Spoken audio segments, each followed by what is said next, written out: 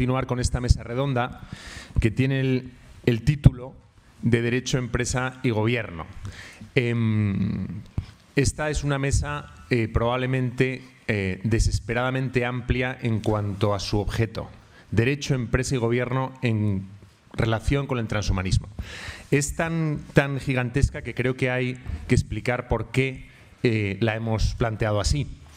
Y hay dos razones. La primera tiene que ver con el deseo de la facultad que se está construyendo en esta universidad, o que está reconstruyendo, que es una facultad de Derecho, Empresa y Gobierno, de tratar de hacer una aportación multidisciplinar y transdisciplinar a este gran asunto que estamos debatiendo durante estos días. La segunda razón tiene que ver con el esfuerzo precisamente de buscar un nexo de unión entre esas tres áreas, entre esos tres ámbitos del conocimiento y de la praxis. Y lo que pensamos aquí es que hay dos ideas fundamentales o dos conceptos fundamentales que nos pueden ayudar a ordenar esta mesa, que por lo demás va a ser muy impresionista. Y lo que de verdad da coherencia a la misma es la brillantez y la experiencia de los tres ponentes que hoy me acompañan. Eso es lo que nos garantiza que de aquí vamos a sacar un cuadro impresionista, pero que puede dar lugar, estoy seguro, a ideas muy sugerentes, a planteamientos provocadores y también a muchas preguntas, espero, después. La idea principal es la de sistema. Se ha hablado esta mañana de sistemas que ayudan a la toma de decisiones. El derecho, la empresa y la política de alguna manera se pueden concebir o entender sin caer en reduccionismos, porque no es la única, como sistemas, procesos, procedimientos que ayudan a la consecución de objetivos que se determinan por una colectividad, por una comunidad. En cuanto a sistemas, se pueden ver ayudados, y ya se están viendo ayudados de una manera impresionante, por la mal llamada, pero bueno, vamos a utilizar el término que nos resulta a todos más familiar, la inteligencia artificial. Y evidentemente vemos muchísimos ejemplos de cómo ya el derecho está utilizando esas tecnologías para tratar de alcanzar mejor sus objetivos. Pero la segunda idea, que también se va a explorar en esta mesa, es la antropológica, la del concepto de persona, que subyace a esas tres dimensiones. Y eso es tremendamente importante porque incluso desde la perspectiva de la inteligencia artificial estrecha, el tipo de planteamientos que se hacen, el tipo de objetivos de esos sistemas dependen en gran medida de las personas que están diseñando esas herramientas tecnológicas. Y por tanto la cuestión antropológica, ¿qué antropología subyace a los sistemas jurídicos, empresariales y políticos que vemos en todo el mundo? Es algo que nos interesa mucho. Entonces, para poder investigar estas dos ideas y plantearnos las consecuencias en el ámbito jurídico, político y empresarial de la inteligencia artificial, que va buscando desde una determinada perspectiva ideológica un ser transhumano o posthumano, hemos querido invitar, como digo, a tres ponentes de primer nivel y de procedencias muy distintas e intereses muy distintos que confluyen aquí. Y los voy a presentar en el orden en el que van a hablar. En primer lugar, el profesor Enrique Gómez Aguilera, que es catedrático de Ingeniería Biomédica de la Universidad Politécnica de Madrid, director del Grupo de Investigación en Bioingeniería y Telemedicina y director del Máster en Ingeniería Biomédica en la Universidad Politécnica de Madrid. Preside en la actualidad la Sociedad Española de Ingeniería Biomédica y es investigador principal del Centro de Investigación Biomédica en Red de Bioingeniería, Biomateriales y Nanomedicina del Instituto de Salud Carlos III. Ha publicado numerosísimos artículos científicos, ha participado en cientos de congresos internacionales, en más de 60 proyectos de investigación dentro y fuera de España, y sus intereses confluyen principalmente en la cirugía guiada por imagen y la ingeniería de neurorehabilitación. Fue miembro fundador de la Alianza Europea para la Ingeniería y la Ciencia Médica y Biológica y es miembro honorario vitalicio de la Federación Internacional de Ingeniería Médica y Biológica. Enrique, es un placer contar contigo esta mañana en esta mesa. Gracias por hacer hueco en tu agenda. El segundo ponente no está con nosotros presencialmente, pero nos acompaña desde su casa madre, desde Notre Dame University en Indiana. No ha podido venir precisamente por la pandemia. Su institución no le autorizaba a volar para acompañarnos, pero se conecta y estará visible en unos minutos. Carter Snead dirige el Nicholas Center for Ethics and Culture y es uno de los principales expertos en bioética pública. Su investigación explora cuestiones relacionadas con la neuroética, el perfeccionamiento de la especie, la investigación con células madre, el aborto y la toma de decisiones al final de la vida. Es autor de más de 40 artículos en revistas, capítulos de libros y ensayos. Es editor de 2 series de libros para la editorial de la Universidad de Notre Dame, Catholic Ideas for a Secular World y Notre Dame Studies in Medical Ethics. El profesor Snead imparte clases de Derecho y Bioética, Derecho Sanitario, Delictivo y Procedimiento Penal Constitucional.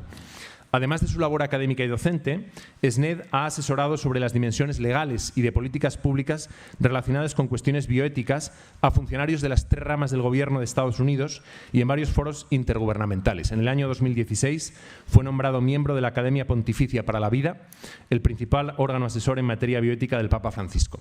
Es miembro electo de The Hastings Center, el instituto de investigación bioética independiente más antiguo del mundo. Y finalmente, o last but not least, tenemos a Alberto Cortina Ramos, que es abogado y urbanista, director del estudio DTUM y que se desempeña como consultor en temas de planificación urbana y territorial. Tiene un máster en estudios regionales, urbanos y metropolitanos y promueve en su trabajo una ética aplicada al urbanismo, a la ordenación del territorio y la intervención y gestión del paisaje. Pero además, Albert Cortina es un experto en transhumanismo, en poshumanismo y en ética de las tecnologías exponenciales.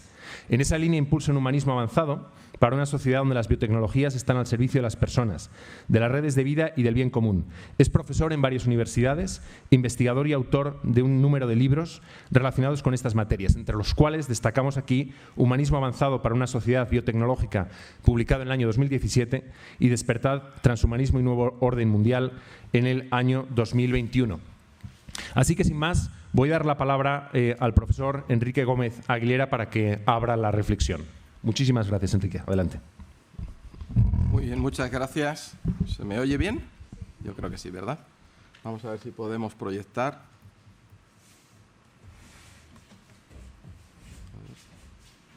¿Estaría ahora? Sí. Bueno, en primer lugar, agradecer la invitación para participar en este congreso. Me está pareciendo fascinante. La verdad es que para mí es el primer contacto con este mundo del transhumanismo, con lo cual pido disculpas por ello. Y agradezco, pues ya digo, la invitación al profesor Javier de Cendra, a la profesora Elena Postigo, a todos los organizadores por la oportunidad que me dan para compartir con todos ustedes algunas reflexiones que me han pedido. De hecho, el título es un poco provocativo y quizá también en colaboración con el, digamos, el presidente de esta mesa, y veamos si se puede o no avanzar en todo esto. Efectivamente, yo me dedico a la ingeniería biomédica, entonces, pues bueno, esos serían algunos de los temas que, lógicamente, quiero hablar. Cuando hablamos de esta disciplina, ¿se ve? ¿Pasa bien? Sí. Yo creo que es sencillo entender a qué se dedica esta disciplina, y lo podemos ver en una crisis tan terrible como la que estamos sufriendo el COVID-19. En el fondo, pues gracias a la ingeniería biomédica, a los avances científicos, a la posibilidad de llegar digamos, a todos nosotros, todas estas tecnologías, pues podemos disponer de test de diagnóstico in vitro, de tecnologías de equipamiento hospitalario que han sido imprescindibles para llevar a cabo, pues, diagnósticos diferenciales en síndromes respiratorios a través de las imágenes médicas. Pensar en un hospital o en un acto médico sin una imagen médica hoy es casi, pues ya digo, imposible, o inclusive por la cantidad de vidas humanas que se han podido salvar gracias a tecnologías como el ventilador mecánico, los sistemas de aspiración, los monitores en cualquier unidad de cuidados intensivos de un hospital. Y también algo que también nos ha traído esta pandemia es la telemedicina. Y digo ha traído cuando llevamos más de 25 años trabajando en ello. Lo que pasa es que en 6 meses ha revolucionado por completo la posibilidad de hacer este tipo de actos médicos a distancia. Con lo cual, si vamos un poco a más aspecto más formal de qué es la ingeniería biomédica, pues sería esa disciplina científica que aplica los principios de la ingeniería en medicina y biología para el cuidado de la salud. En el fondo, se centra directamente en la medicina, con lo cual busca soluciones y de forma interdisciplinar, es un área absolutamente interdisciplinar. Los que nos dedicamos a la ingeniería biomédica trabajamos estrechamente desde el principio con profesionales médicos, con profesionales sanitarios. Si no lo hacemos así, no seremos ingenieros biomédicos, seremos ingenieros. Pero el ingeniero biomédico trabaja desde el principio entendiendo un problema y buscando una solución, como digo, de forma conjunta. ¿Para qué? Para diagnosticar, para avanzar en el diagnóstico, en la monitorización, en la terapia o en la prevención. Hay otro área distinta de la ingeniería biomédica que es muy importante, pero lo traigo, digamos, un poco a colación para diferenciarlo, porque a veces los términos, como antes se ha dicho muy bien, pues nos confunden, ¿no? Biotecnología es otro área, no es ingeniería biomédica, es un área también fascinante, muy importante, y yo creo que tiene que ver mucho también con el transhumanismo, pero es distinta porque se basa en procesos biológicos, en organismos vivos y con muchas aplicaciones, una de ellas en el campo también del ser humano, de la medicina, pero bueno, ahí hay un aspecto muy importante, las vacunas. Pues las vacunas tienen mucho que ver con el área de la biotecnología, pero quería un poquito diferenciarlas. La disciplina podemos decir que es una disciplina joven. Bueno, desde el punto de vista formal sí, a lo que hablamos es que prácticamente a mitad del siglo pasado pues empezó a haber esa convergencia, la necesidad de que biólogos, médicos, ingenieros encontraran un espacio común para entender los problemas y, como digo, buscar soluciones. Y de hecho pues nace el término Biomedical Engineering pues cuando prácticamente se busca de esa total interdisciplinaridad, como digo, al final de los años 70. Pero este área como tal se puede decir que existe desde entonces. Bueno, permítanme dar una mirada al pasado muy rápida para intentar, como siempre, entender mejor el presente y el futuro, si es posible. Como antes se nos decía, no vamos a poder predecirlo, pero al menos tenerlo en cuenta, ¿no? En el fondo, cuando hablamos, pues tenemos que irnos un poquito atrás, al Renacimiento. Y hay un personaje que yo creo que todos conocen ustedes de maravilla, que lo traigo aquí un poquito a colación, porque en el fondo podemos decir que es el precursor de la biónica. En el fondo, Da Vinci, un gran, digamos, artista, en el fondo lo que era un gran pintor, era un gran ingeniero también, porque era capaz de plasmar, de dibujar, de generar dibujos que permitían construir máquinas. Pero en el fondo podemos decir que su interés era por esa máquina del hombre, era intentar entender el cuerpo humano, su anatomía, su fisiología, también de otros seres vivos, y a partir de ahí construir máquinas que tuvieran que ver con los fundamentos. Muchas de ellas no las creó ni las inventó él, porque lo que hacía era ser capaz de transcribir eso en textos magníficos, ya digo, como gran artista e ingeniero que era, pero yo creo que podríamos considerarlo precursor del concepto de biónica, que ha sido también expresado varias veces y por alguno de los ponentes de forma brillante ayer. Si avanzamos un poquito, variemos al siglo XVII, XVIII, XIX, con los orígenes de la electromedicina. Yo creo que aquí hay una singularidad tecnológica, ahora que hablamos de esto. En el fondo, empieza la humanidad a utilizar pues, otro tipo de energía, que es la electricidad en todas sus formas, continua, en este caso alternante, radioterapia, de cualquier tipo de aplicación. Y entonces, con máquinas tan fascinantes como esas máquinas digamos, basadas en máquinas de rotación para electricidad estática o lo que sería la botella de Leyden, y que da al origen la posibilidad de tener herramientas para intentar avanzar en el conocimiento de la electricidad animal. Y aquí tenemos dos grandes personajes. Por un lado, el profesor Galvani, de la Universidad de Bolonia, muy interesado en intentar entender la bioelectrogénesis, es decir, ese tipo de biopotenciales que están en el ser vivo, y a partir de unos estudios y experimentos, yo creo, muy conocidos por ustedes, muy interesantes, intentar descubrir cómo a través del estudio de las ancas de rana, pues ver si podía ser capaz de entender cómo eran esos biopotenciales. Lo cierto es que, bueno, llegó a definir ese fluido nervioso, esa relación con la electricidad, de una forma equivocada, porque en realidad lo que estaba en ese momento, cuando estaba introduciendo, digamos, esos cables dentro de esa anca de rana, lo que estaba realmente, como después demostró posteriormente el profesor Volta, profesor físico, en este caso en la Universidad de Pavía, es que había inventado, sin saberlo, la pila electroquímica. Y eso es lo que realmente, pues bueno, es lo que permite el avance de la ciencia, ¿no? Lo que sí es cierto es que todo esto pues llega a algo que también ha sido comentado aquí, a que realmente pues todos esos avances científicos llevaron a esta magnífica ficción literaria que todos ustedes conocen, el libro magnífico de Frankenstein, el moderno Prometeo, donde el doctor Víctor Frankenstein, conocedor de estas teorías, pues intenta explorar esos nuevos caminos, esos misterios profundos de la creación, buscar la generación de la vida, y de hecho el texto pues refleja muchas de las preocupaciones científicas que hoy estamos discutiendo, ¿no? Pues la legitimidad de la investigación, la capacidad del ser humano de crear y destruir la vida. Lo cierto es que hoy en día tenemos una plétora increíble de soluciones tecnológicas y de dispositivos que permiten pues, monitorizar casi en cualquier lugar unas variables fisiológicas, como las que vemos aquí. Lo podemos hacer hasta con pulseras conectadas con estos sistemas wearables. Existen más de 4 millones de personas en el mundo que llevan dispositivos implantados. Y estamos hablando de, fíjense ustedes, solamente en el caso de un marcapasos o una prótesis coclear. Las imágenes médicas, que como digo han revolucionado la medicina y permiten ver el interior del cuerpo humano como nunca lo hemos visto, o una cirugía virtual. Los cirujanos pueden simular una intervención, a ver hasta dónde, y después utilizar un robot para llevarla a cabo. Y no digamos, como digo, la telemedicina, que cambia en gran parte el paradigma de la medicina porque se empodera, no me gusta mucho esa palabra, el empowerment, patient empowerment, es decir, tenemos capacidad para utilizar una tecnología de una forma diferente. Conocemos más nuestro cuerpo humano, conocemos más nuestros datos y con todo eso intentar pues, mejorar con una responsabilidad directa pues, nuestra salud. Lo que no hay ninguna duda es que cuando hablamos de ingeniería biomédica y transhumanismo, pues si hablamos de los grandes postulados, la superinteligencia, en el fondo la superlongevidad o la búsqueda de ese bienestar humano, pues la ingeniería biomédica lleva muchos años ofreciendo soluciones. Pero ojo, siempre desde un objetivo muy estrechamente vinculado a los retos en medicina y dentro de ese contexto. De hecho, pues bueno, pues la pregunta es, ¿podemos o debemos aplicar esas tecnologías biomédicas fuera de ese contexto para el mejoramiento o la potenciación humana? Y bueno, lo que no hay duda es que tenemos la biónica y los órganos artificiales, pero piensen, en el fondo se crean para poder disponer de tecnologías que permitan restablecer una función del organismo, una función que ha sido perdida, un corazón que no funciona, veamos si hay un corazón artificial que lo sustituye, esa persona que tiene el sistema auditivo dañado y por lo tanto no puede oír y utiliza una prótesis coclear, una válvula cardíaca, o las conocidas prótesis biónicas, que también han dado pues, muchísimas posibilidades a una persona amputada que en el fondo pues, tiene la posibilidad de poder caminar de una forma casi como un sujeto que en este caso pues, tiene las dos piernas, o en el caso también de las prótesis que están asociadas al miembro superior. Algo complejísimo, porque estamos hablando de más de 25 grados de libertad.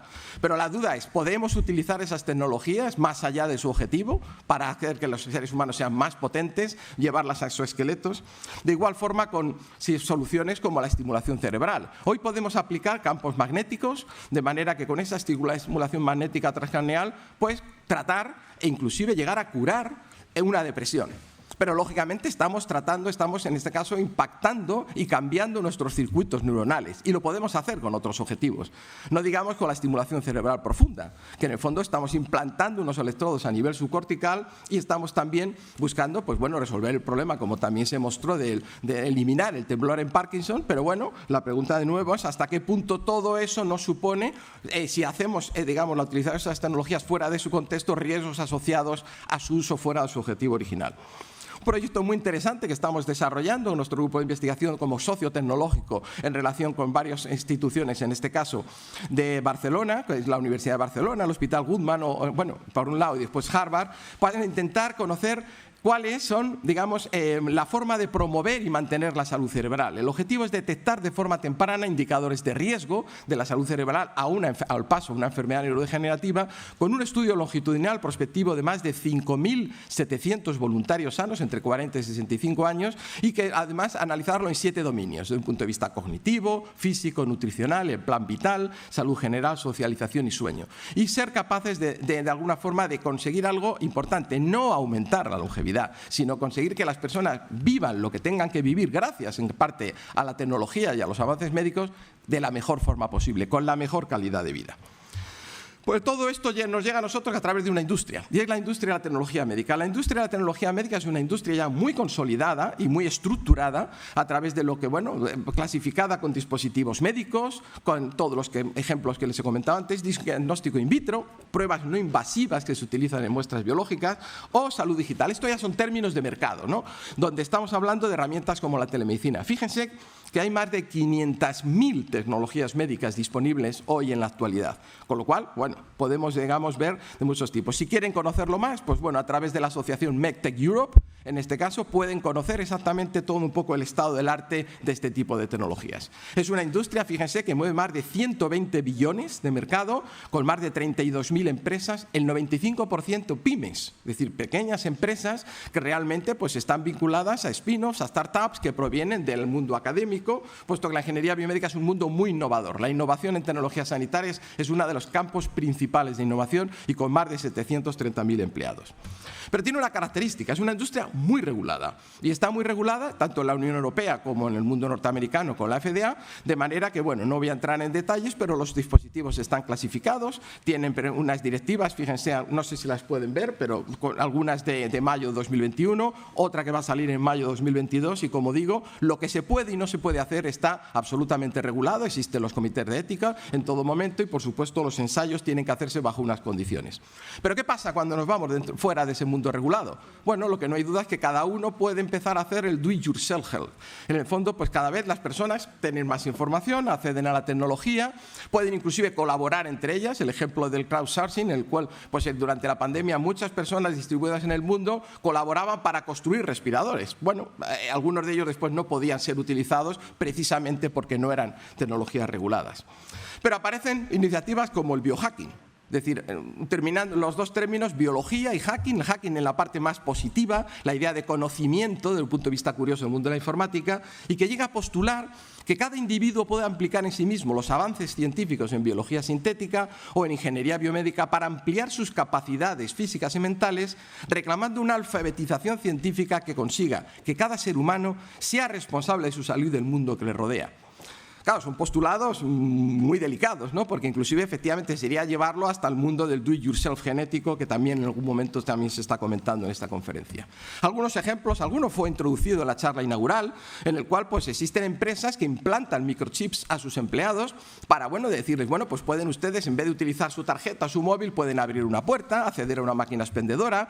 Principio de dispositivos pasivos por radiofrecuencia, es decir, actúan cuando hay una máquina, digamos, un sistema externo que interactúa, que transmite una información, inclusive puede ser el móvil. Bueno, pasivo o no, dependerá también de cómo se utilice, ¿no? Lo que no hay duda es que comportan un montón de problemas bioéticos, ¿no? Porque esos empleados tienen o no están obligados a utilizarlo. De hecho, hay muchos aspectos legales de privacidad, de seguridad, éticos detrás, y está habiendo muchas denuncias asociadas también a ese tipo de dispositivos. Otro ejemplo es el ejemplo de los dispositivos implantables desarrollados en este caso por Circadia, que lo que hace es que, bueno, permite leer datos biomédicos. Este dibujito también fue planteado por la iniciativa Greenhouse Wetware, que inclusive nos da el código abierto, lo podemos bajar de internet y después implantarnos en nuestra mano, pues bueno, para llevar datos médicos o porque queremos tener a nivel de moda pues unos LEDs que nos dan unos mensajitos, unos tests de vez en cuando. Acá todo esto se quedaría de alguna forma, bueno, podríamos decir anecdótico, pero también lo hemos comentado antes y lo ha hecho el ponente anterior de una forma excelente. Cada vez hay más y nuevos actores comerciales en este mundo. Entonces, desde el punto de vista de las tecnologías wearable, pues fíjense los que están ahí y las compañías las conocen perfectamente, ya han sido mencionadas, que están introduciéndose dentro de este mundo. De hecho, se afirma que invierten miles de millones de dólares en el mundo de la tecnología médica. Fijamos, hablo de tecnología de ingeniería biomédica e inclusive pues, la idea de poder disponer de ese iPhone que nos conecta directamente con un Brain Computer Interface y nos permite transmitir nuestros pensamientos a la red. Y claro, yo también me pregunto si no será el transhumanismo el que está fundamentando muchas de estas nuevas industrias dentro de ese planteamiento. Con lo cual, aunque nos salimos de ahí y hasta qué punto pues algo que pensamos que es interesante discutir no está fundamentando a lo mejor estas tecnologías, bueno, lo dejo ahí un poco caer. Lo que no hay ninguna duda es que los principios del transhumanismo han estado presentes a lo largo de la historia y bueno, porque el ser humano siempre ha buscado mejorar su fuerza, su sabiduría y utilizar su inteligencia para ello. Pero claro, la pregunta es, ¿puede el mejoramiento del ser humano, digamos, afectar a su propio ser y a su dignidad? Necesitamos siempre estos avances tecnológicos. Y bueno, un pequeño caso, ¿no? Imaginemos un caso real como este, de un niño que con 5 años tiene un accidente terrible, en este caso de tráfico, pues donde está yendo al colegio, le impacta un autobús, su brazo queda debajo del brazo y pierde por completo el brazo derecho. Ese brazo se le amputa y en ese momento pues tenemos tecnología, están las prótesis biónicas que pueden intentarlo.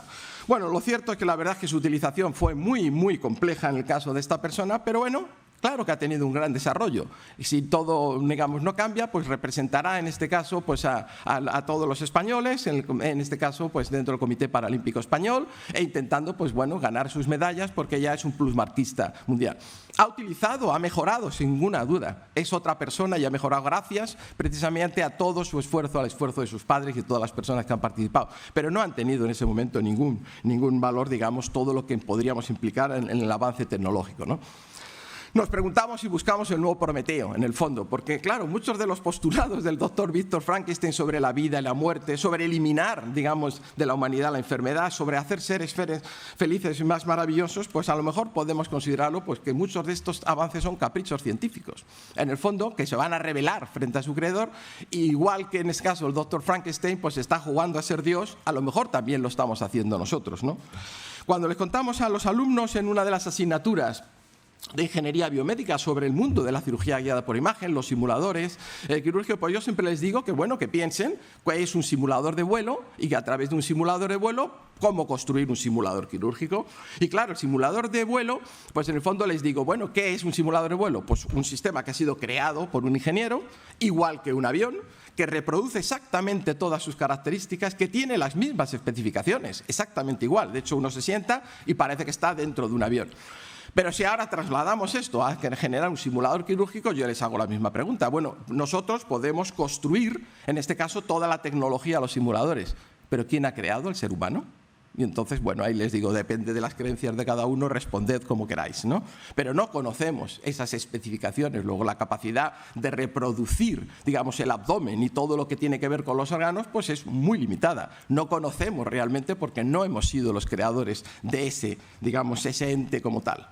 Y lo mismo lo podemos hablar, si queremos plantear, si tenemos personas tetraplégicas que en un momento determinado van a deteriorar su vida hasta llegar a la muerte o no quieren vivir, pues podríamos plantear copiar esa ser, digamos, copiar toda esa inteligencia, copiarla para ponerlo sobre una máquina, sobre un exoesqueleto, sobre un cyborg, sobre otro cuerpo humano. Pero claro, la verdad es que pensar en que se puede reproducir, pues bueno, yo creo que estamos todavía muy lejos de pensar si acaso se puede llegar a cabo esa reproducción. Lo que no hay ninguna duda es que la ingeniería biomédica solo tiene sentido si ofrece soluciones a problemas reales de la medicina. Por ahora no tiene sentido fuera de lo humano como tal, y hay que valorar muy bien los efectos no deseados, digamos, de la ingeniería biomédica si la aplicamos fuera de los límites para lo que fue creada. Porque nos podemos preguntar si tiene sentido prolongar la vida sin asegurar que tenga un sentido, si estamos convirtiendo la tecnología en una filosofía, porque no se contemplan en este caso principios antropológicos, o que en el fondo, pues si no será más importante asegurar una buena calidad de vida o la felicidad de la persona de su entorno, si quiere en ese caso vivir muchos años. Si esa persona va a vivir muchos años, tiene sentido, si no está su familia, sus amigos, si en eso, ¿qué estamos en ese momento planteando? ¿Vamos en ese momento a llevar a la criogenia para que esa persona renazca en otro momento? Bueno, lo que no hay ninguna duda es que bueno, la ingeniería biomédica pues está ahí, digamos, llevamos, como digo, ya un tiempo, y en el fondo pues se sitúa en esa linde donde la ciencia no discierne entre la materia viva y la inerte, contribuyendo al ambicioso fin de poner la tecnología al servicio de la medicina, en definitiva, al servicio del bienestar y la salud del ser humano. Y es un poco lo que quería comentar con ustedes y, bueno, ver hasta qué punto pues, puede aportar un poquito a esta magnífica conferencia. Muchas gracias.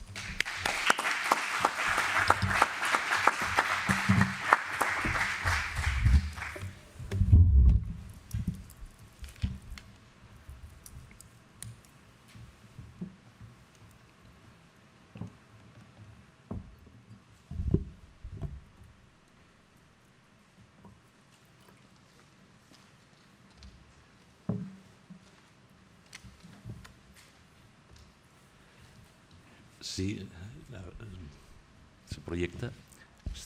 Sí, se proyectará. Bien. Buenos días. Gracias a los organizadores. Reitero mi agradecimiento tanto a Elena Postigo y a Javier, ¿no? Por haberme invitado a esta mesa, has dicho impresionista, ¿no? Yo voy a cambiar de registro totalmente, además nos hemos saltado al siguiente ponente, con lo cual todavía va a aparecer pues, un cambio de registro muchísimo mayor, ¿no? Voy a intentar hacer una intervención exploratoria y voy a intentar voy a intentar plantearles estas 4 cuestiones que me rondan desde hace tiempo a partir de lo que ha dicho el profesor Marco, ¿no? Que estamos, seguramente, cuando hablamos de transhumanismo y posthumanismo, tratando de una ideología emergente, ¿no? Y lo voy a abordar desde este punto de vista, ¿no? Y en esa intervención exploratoria voy a intentar ver si esa va a ser, o está siendo ya, la ideología que mejor se adapta a la globalización tecnológica, ¿no? Si de alguna manera este nuevo orden internacional que se está construyendo en el siglo XXI necesita claramente de la ideología del transhumanismo, ¿no? Después me preguntaré y comentaré con ustedes en las preguntas si esta ideología va a afectar o está afectando ya a la aplicación de los derechos humanos que actualmente ya tenemos declarados, ¿no? Y si vamos a formular nuevos derechos humanos, una nueva generación de derechos incluso que podríamos denominar posthumanos, ¿no? Y finalmente, si con todo ello vamos a necesitar un nuevo contrato social ante la disrupción que se está produciendo en el orden jurídico, social, económico y democrático. Vamos, por tanto, a empezar un poco por si ese transhumanismo es la ideología que le va bien a esta globalización tecnológica, ¿no? De alguna manera se está produciendo, desde mi punto de vista, una sustitución del neoliberalismo. De alguna manera, a veces el transhumanismo se asimila, pues bueno, esto es un tema de anglosajones, esto es un tema de Occidente, esto está ligado a la ideología neoliberal, ¿no? Emotivista, ¿no? Y lo que voy a intentar explicar brevemente es que, bueno, eso también, como tendencia a la globalización, también se está mutando, ¿no? Está habiendo una sustitución de este neoliberalismo basado en un individualismo expresivo, en una subjetividad muy clara de esos individuos, de la individualidad, una desregularización destructiva del propio estado de ánimo, una sumisión al propio estado sensorial de la persona, a las emociones, ¿no?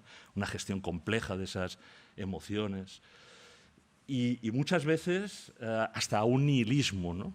Una situación de encuadramiento del yo democratizado, casi como el capitalismo sabe hacer, ¿no? Entre ganancias y pérdidas en las emociones, ¿no? Los sentimientos, por tanto, como guía moral, por tanto, a veces rompiendo algunas de las reflexiones que se hicieron tanto ayer, de que estaban siguiendo tal vez los principios de racionalidad de la Ilustración y tal. El cuerpo social parece que está cambiando, ¿no? Y que de alguna manera podríamos sintetizar en mi deseo es ley. Lo que yo quiero, eso es lo que ha de ser la fundamentación del derecho, ¿no? Una cierta gobernanza emocional, ¿no?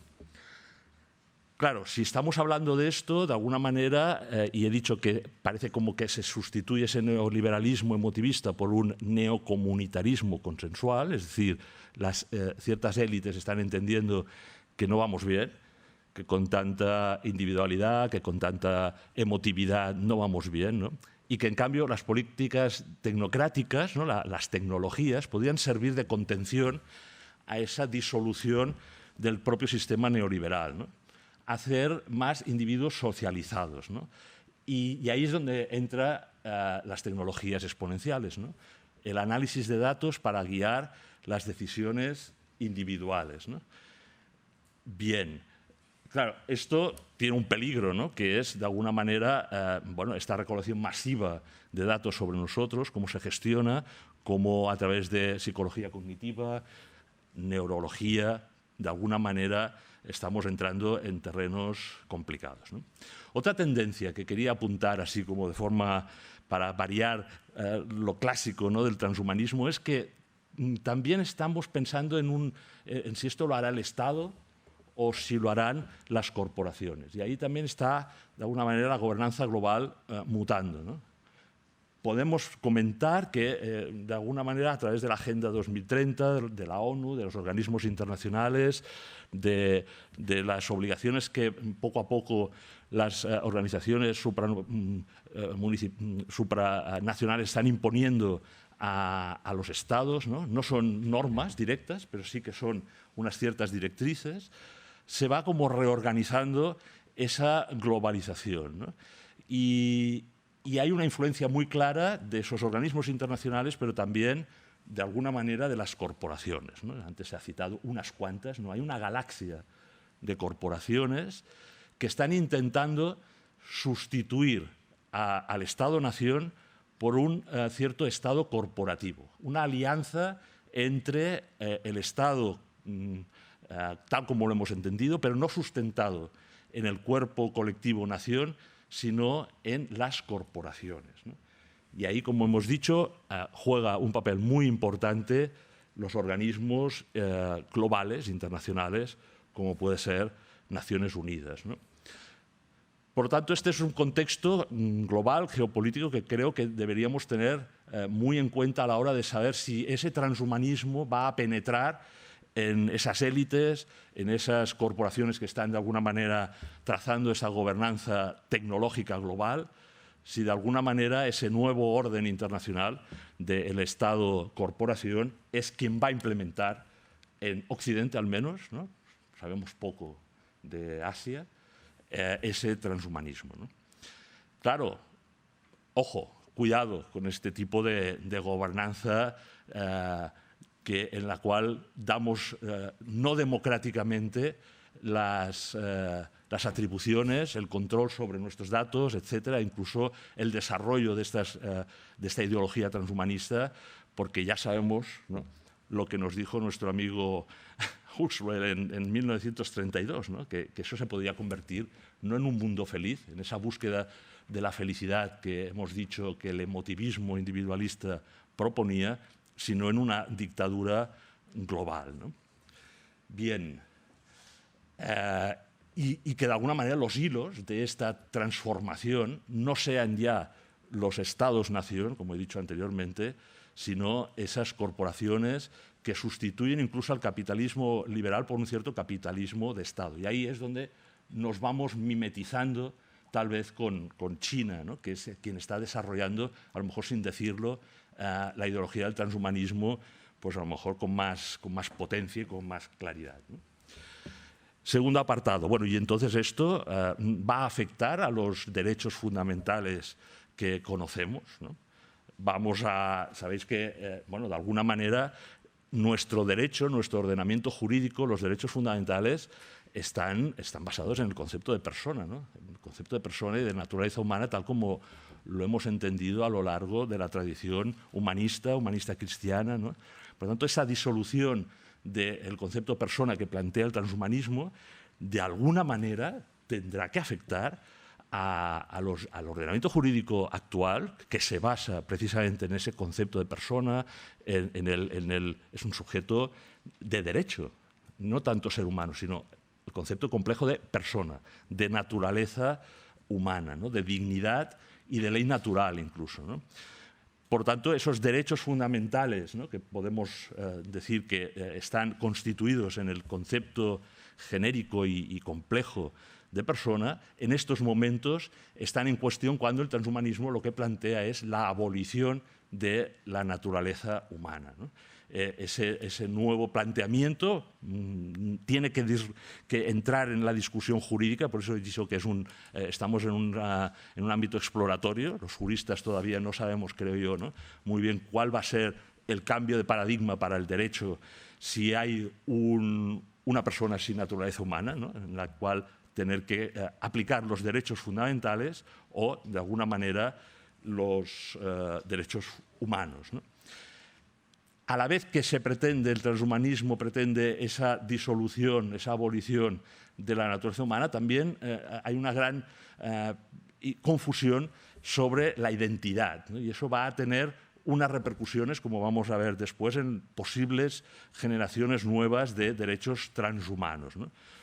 ¿Cuáles son, por tanto, esos límites a los cuales, si se aplica la antropología, que ayer también se dijo que no era una antropología, ¿no?, pero esa visión, esa ideología transhumanista al derecho, cómo va a afectar a las distintas generaciones de declaración de derechos humanos que tenemos, ¿no? Como saben los juristas, ¿no?, pues hemos sobrepasado de alguna manera la primera generación, ¿no?, la declaración originaria, ¿no?, de los derechos fundamentales, ¿no?, que protegió al ciudadano frente al poder del Estado.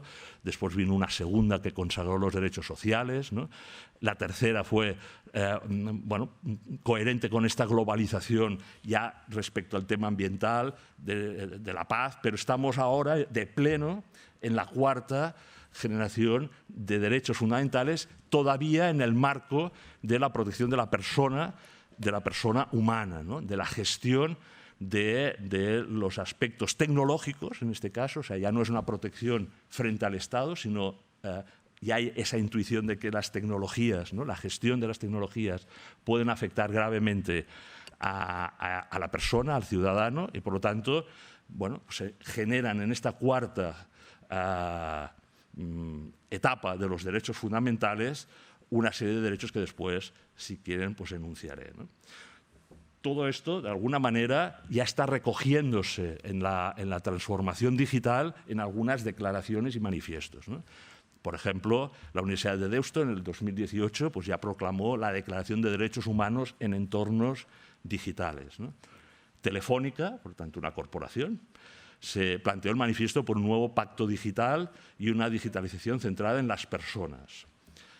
El Colegio de Abogados de Barcelona y otras instituciones, en febrero del 2019, plantearon la Carta de los Derechos de Ciudadanía en la era digital.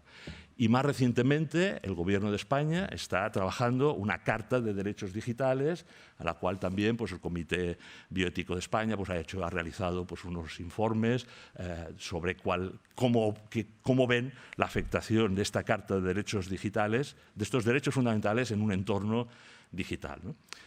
Esta, si quieren ustedes, es la parte menos transhumanista.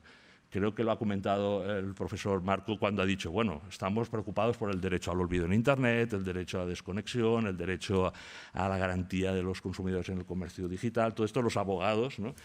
Ya se están especializando, ¿no?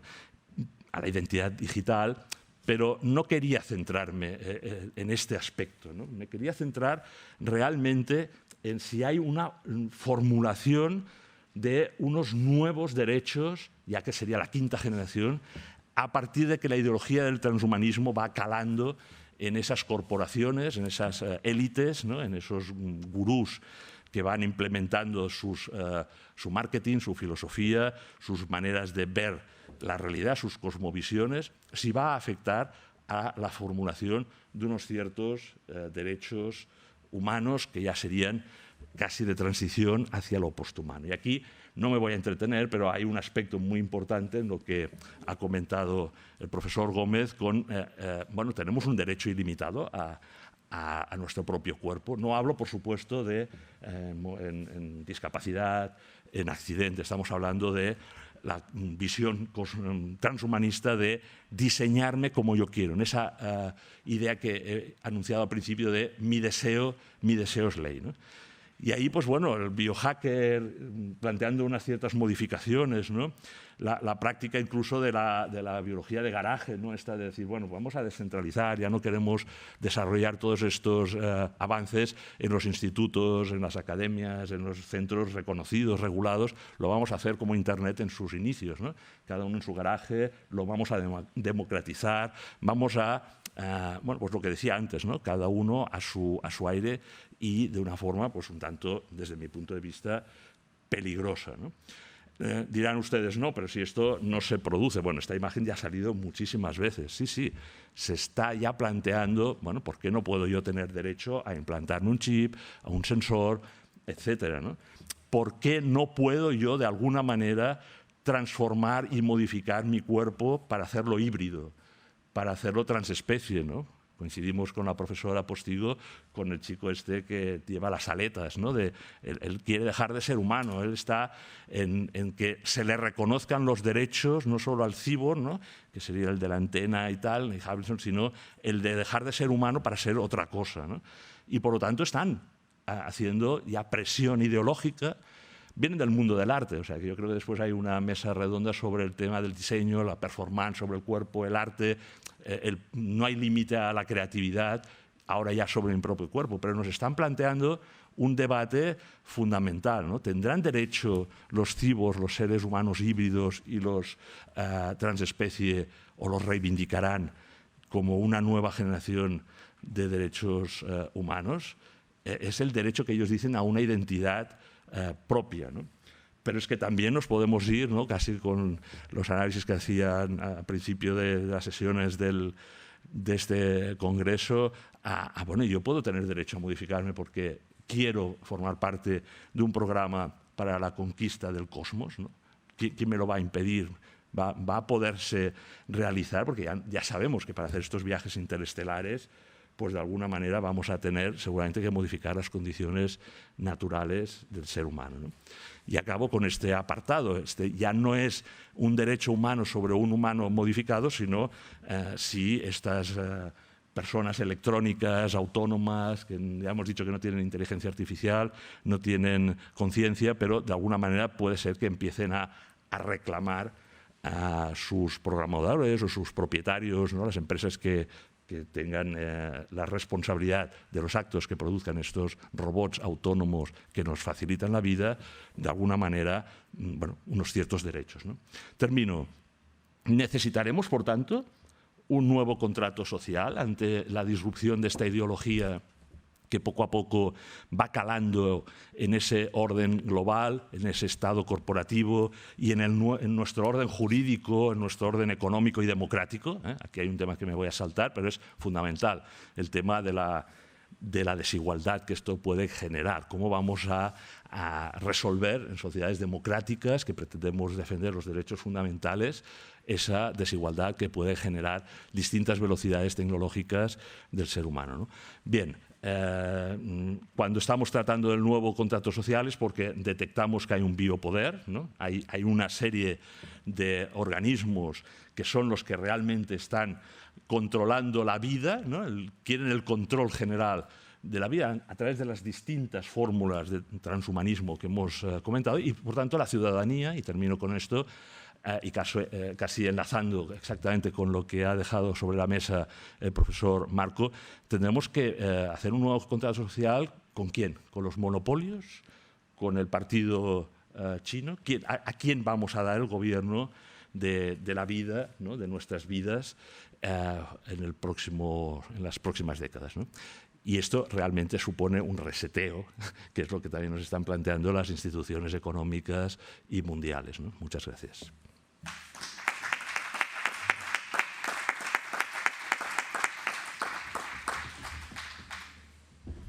Muchísimas gracias, Enrique, y muchísimas gracias, Albert. Por lo menos hemos conseguido asegurar la participación de Carter Snead, lo cual nos llena de alegría, porque esta mañana no hemos podido contactar con él, hemos tenido problemas para hacerlo, pero está aquí con nosotros y les agradecemos muchísimo el esfuerzo para dedicar ahora media hora a escuchar a este ponente y también hacer algunas preguntas que puedan surgir. Vamos a terminar a las 3 esta sesión, con lo cual, sin más dilación, voy a dar paso al ponente, puesto que ya le hemos presentado esta mañana. Carter. Yes, sir. Hi. Wonderful. Thank you so much, Carter. Wonderful. Muchas gracias, Carter. Estamos encantados de tenerte. Estamos muy contentos de que estés con nosotros. Te estaba presentando y estaba diciendo que a las 3 en punto tenemos que acabar la sesión. Por lo tanto, tienes la palabra y deberíamos dejar unos minutos al final por si algún participante quiere formular alguna pregunta. Adelante, por favor. Muy bien, muchísimas gracias. Estoy encantado de que me hayáis y agradecido de que me hayáis dado lugar. Agradezco a todo el mundo a todos los organizadores del Congreso por haberme invitado, también a la directora del Congreso, Elena, a ti, Javier, muchas gracias.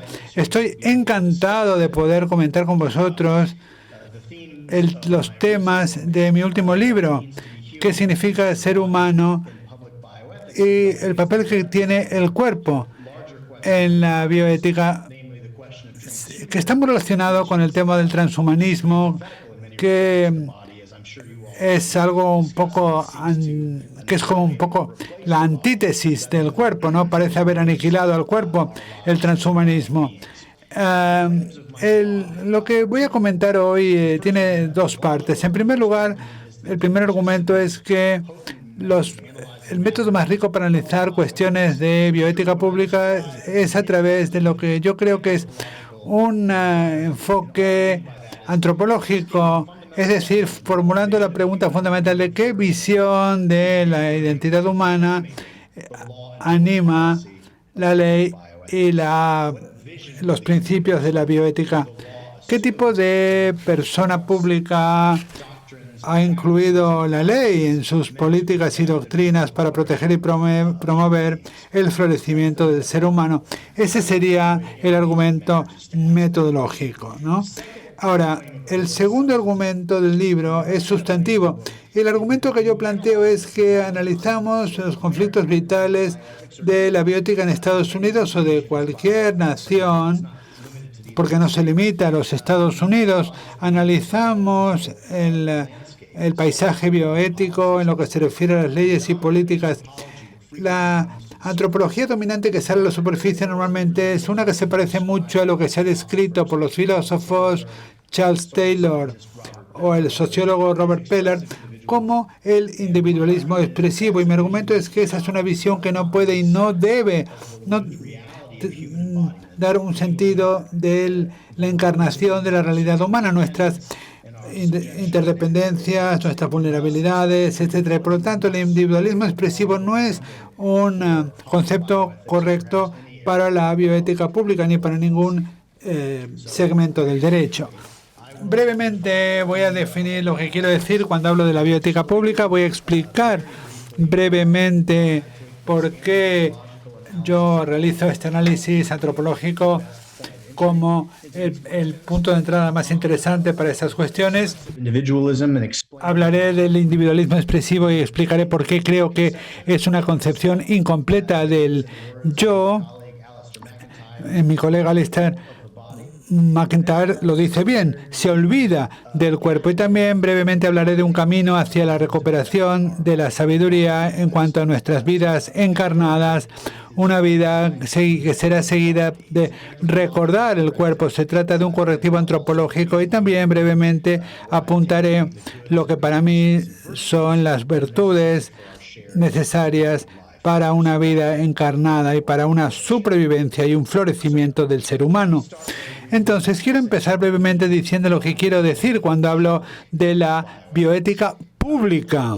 La bioética pública no es solamente un ámbito de investigación intelectual, sino que es un ámbito de gobernanza de la ciencia, de la medicina, en el nombre de bienes éticos. Es el punto en el cual el derecho y el gobierno intervienen y participan en cuanto a estas cuestiones éticas que surgen de los avances de la biomedicina y la biotecnología y la práctica médica, para ofrecer un marco en el cual los seres humanos puedan de alguna manera florecer, estar seguros y vivir pues una vida digna.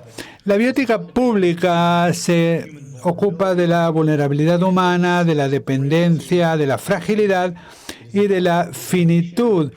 Tiene que ver con los bebés, con las enfermedades, la desesperación, los minusválidos o los discapacitados, las personas mayores.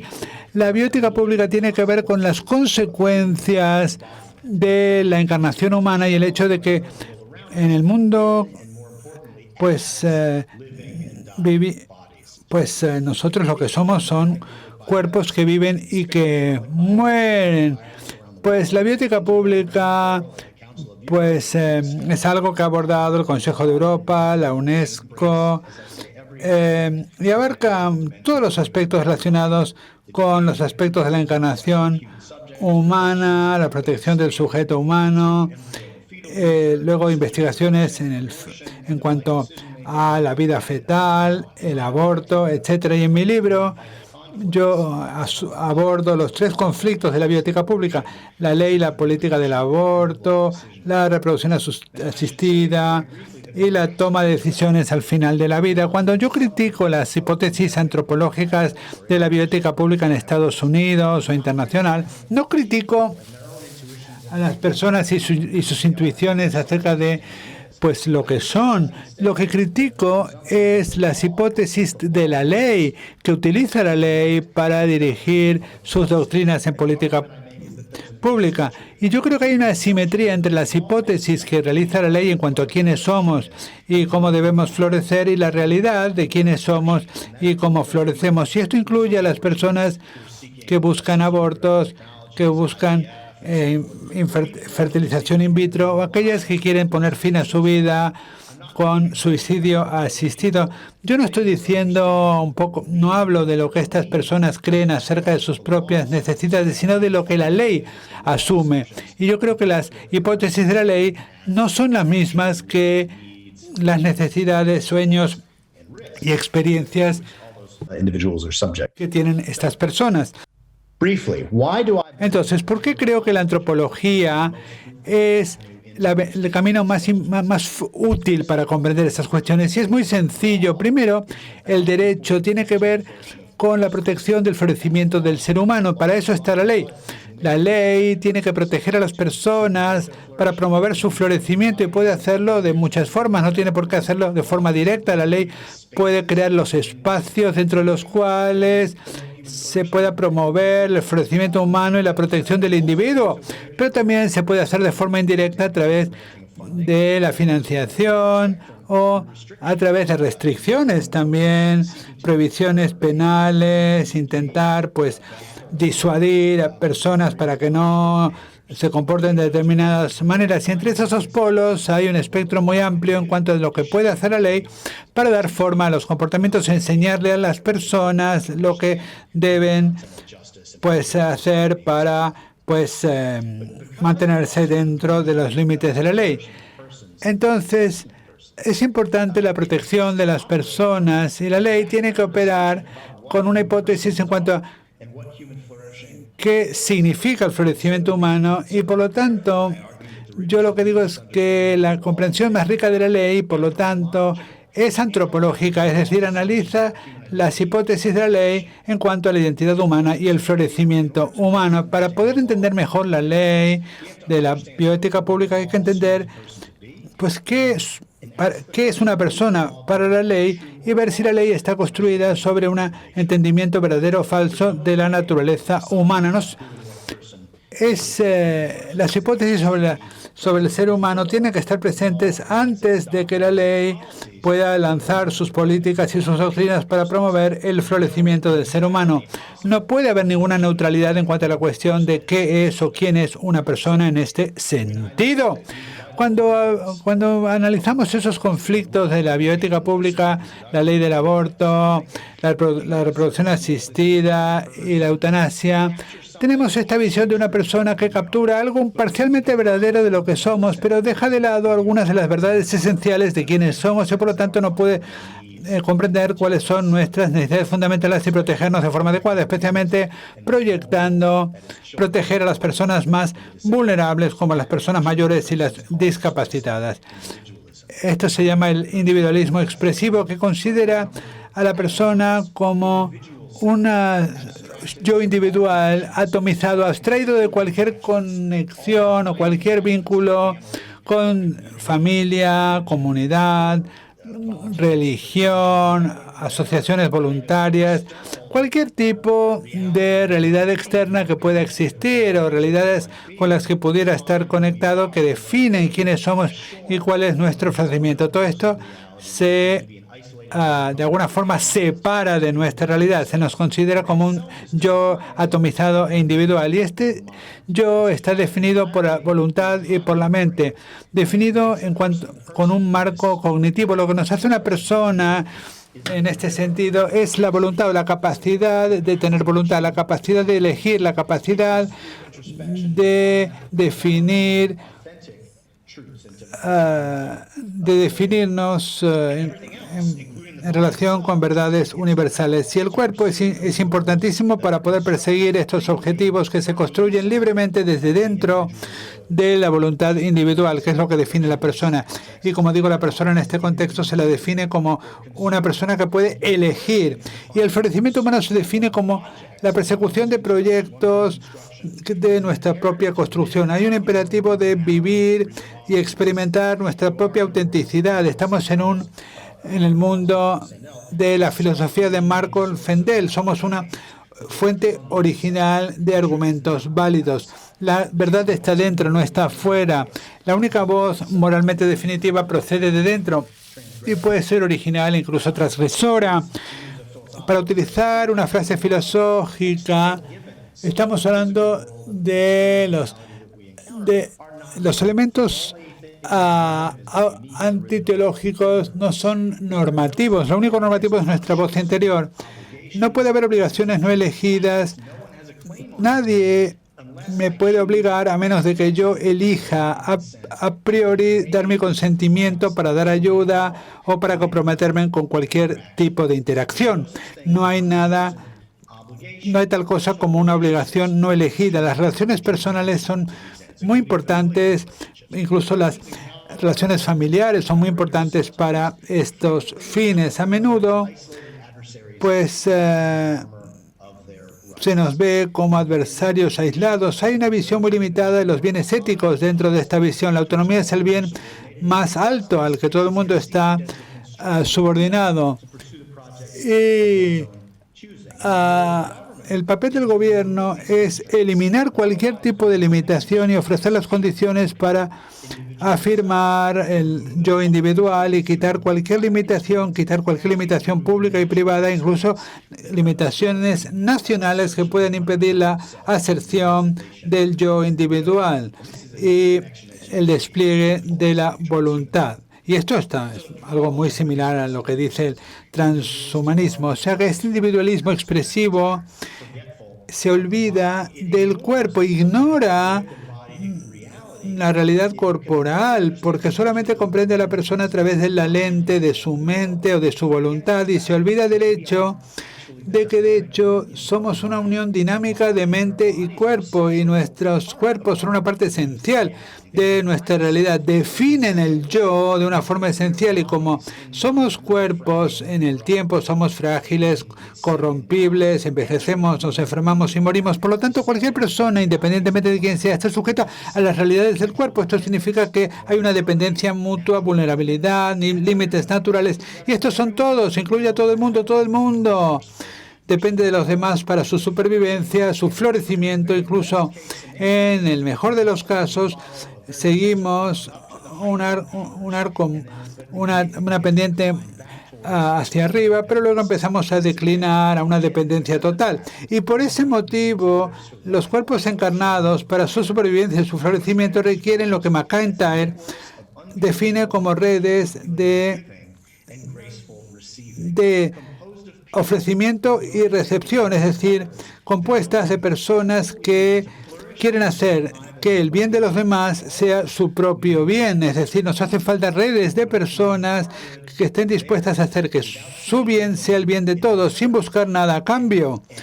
Y obviamente, en virtud de estas redes sobrevivimos y vivimos, dependemos de estas redes para sobrevivir y vivir, pero también dependemos de estas redes para aprender a convertirnos en aquello que debemos ser, es decir, una persona que pueda hacer que el bien de los demás sea nuestro propio bien sin pedir nada a cambio. Yo, en virtud de todo esto, pues yo digo que el ser humano está destinado a hacer el bien, pero muchos no entienden esta premisa.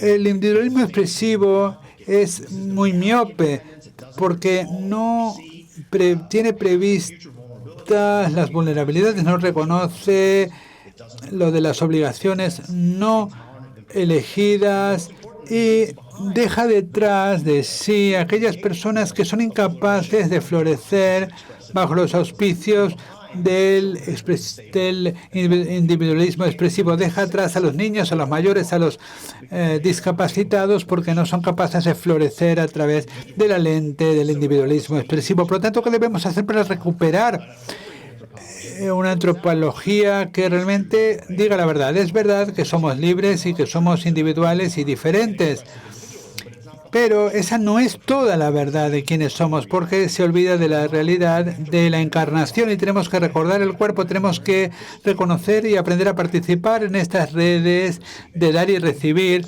y hacerlo a través de cultivar y practicar la memoria y la imaginación para ver al otro con el que tenemos obligaciones, aunque no las hayamos elegido independientemente de nuestros deseos y proyectos internos. Para concluir, ¿qué tenemos que hacer? ¿Qué virtudes y bienes y prácticas son necesarias para construir estas redes de dar y recibir. Bueno, pues esto es lo que llama MacIntyre las virtudes de la dependencia reconocida. Incluyen simplemente la virtud de la generosidad, dar a los demás según necesiten, según su necesidad, la virtud de la hospitalidad, dar la bienvenida a los extraños y el bien de la misericordia, es decir, hacer que el sufrimiento del otro sea tu propio sufrimiento. Intentar ayudar a quien está sufriendo y si eso no es posible, por lo menos acompañarles en su sufrimiento. Pero también es importante practicar las virtudes de recibir de forma agradecida. Reconocer que nosotros estamos aquí porque otros han hecho nuestra necesidad su propia necesidad. Y esto es muy importante en el contexto de la bioética pública en Estados Unidos en una serie de situaciones. Pero la virtud de la gratitud también tiene que engendrar la virtud de la humildad. Es decir, nosotros hay que reconocer que no somos responsables por nuestro propio florecimiento, dependemos de los otros y todo es un don, pero los dones no se distribuyen de forma equitativa y hay que ayudar a aquellos que están, que tienen menos potencial. Y luego no tenemos que imponer, intentar dominar todo lo que nos rodea, sino que tenemos que ser tolerantes de las imperfecciones y tomar las cosas como son, con gratitud y con cariño. Y también la solidaridad, todos estamos conectados entre nosotros en la familia humana y sujetos a las mismas formas de dependencia mutua y el respeto también de la indignidad de todos los seres humanos, muertos, todos los seres humanos, hayan nacido o no. Luego también la sinceridad es importantísima, no intentar manipular a los demás. Pero por último, lo que quiero decir es que todas estas virtudes, dar, recibir, etcétera, deben verse a través de la lente de la amistad. La amistad me refiero en términos de hacer que el bien de los demás sea tu propio bien sin buscar nada a cambio. Y podemos practicar estas virtudes saliendo de nosotros mismos y desde dentro, mirando a nuestro alrededor, ver lo que necesitan los demás. Y también podemos florecer con las comunidades de memoria a las que se refiere Bellow, donde colocamos el bien fuera de nuestro propio interés y configuramos nuestra vida con respecto a los demás de esta forma. Y hay otra cosa que quiero añadir. El transhumanismo no es solamente que se olvida del cuerpo, sino que es hostil frente al cuerpo. Lo que quiere es aniquilar y sustituir al cuerpo por la tecnología. Y yo creo que esto es provocativo, pero lo que quiere es aniquilar a la raza humana en su conjunto. Por lo tanto, muchas gracias por su atención y me encantaría recibir sus preguntas y comentarios en el tiempo que nos quede. Gracias. Carter, thank you so much. Gracias, Carter, por haberte ceñido al tiempo que te habíamos asignado. ¿Alguna pregunta?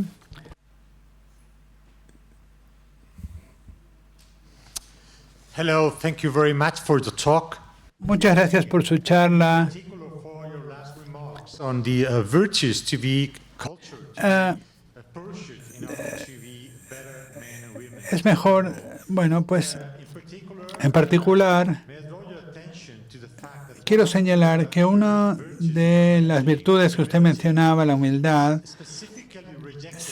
es rechazada específicamente por el señor Harris, un transhumanista muy conocido, y otras virtudes también son rechazadas por otros transhumanistas, quizás no de la forma que usted ha dicho, sino de otra forma un poco más sutil. ¿Cree usted que muchos transhumanistas tienden a rechazar virtudes, como usted las ha señalado, para poder, según ellos, ser hombres o mujeres completos? Bueno, gracias por su pregunta. El transhumanismo creo que sí que puede rechazar las virtudes que yo he sugerido, pero la razón es porque el transhumanismo responde a la dependencia humana de una forma muy distinta, porque mientras que mi respuesta a la dependencia humana es cultivar las virtudes que nos permiten cuidarnos mejor entre nosotros, yo digo de hecho que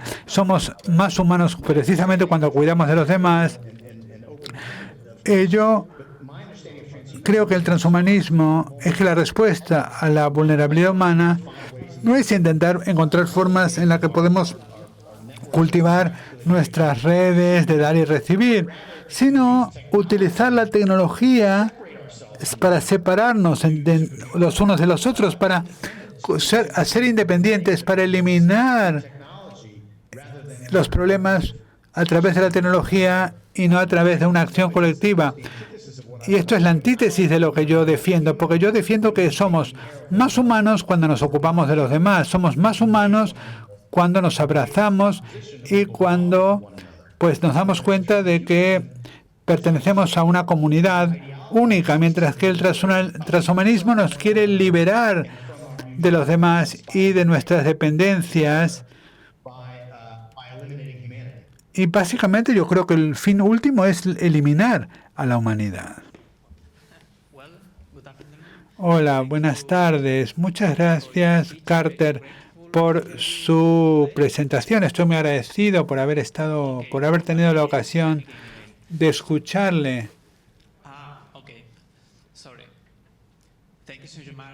Muchas gracias. Estoy muy agradecido por haberle podido escuchar.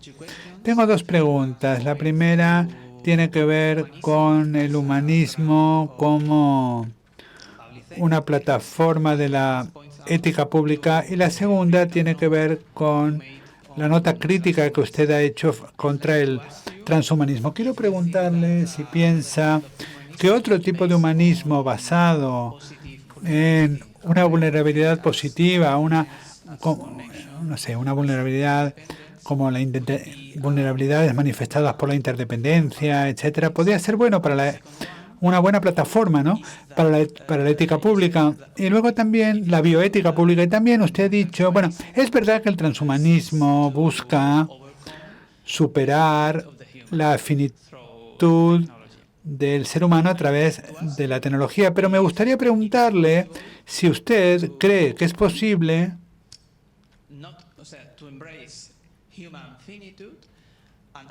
abrazar la finitud humana y al mismo tiempo superar los límites del ser humano, como hace el posthumanismo, por ejemplo, Don Haraway, pero también otros autores como Judith Butler y otros. Gracias. Muchas gracias por estas preguntas. Bueno, yo creo